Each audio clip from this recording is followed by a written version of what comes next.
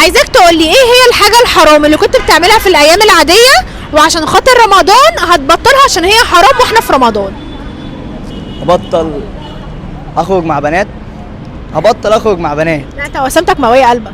ايه؟ وسامتك مقوية قلبك. يخرج بقى مع بنات اللي هي البنات بتجري وراك بس. هبطل. هتبطل. وايه تاني؟ هبطل اشتم الصراحه. حلو.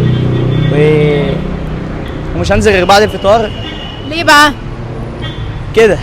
ما هو بعد الفطار زي قبل الفطار. لا، ما عشان الصيام يتقبل لي.